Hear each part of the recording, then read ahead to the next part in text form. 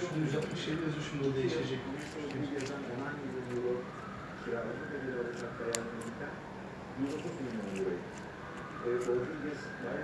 Mesela bir gece az kalsın.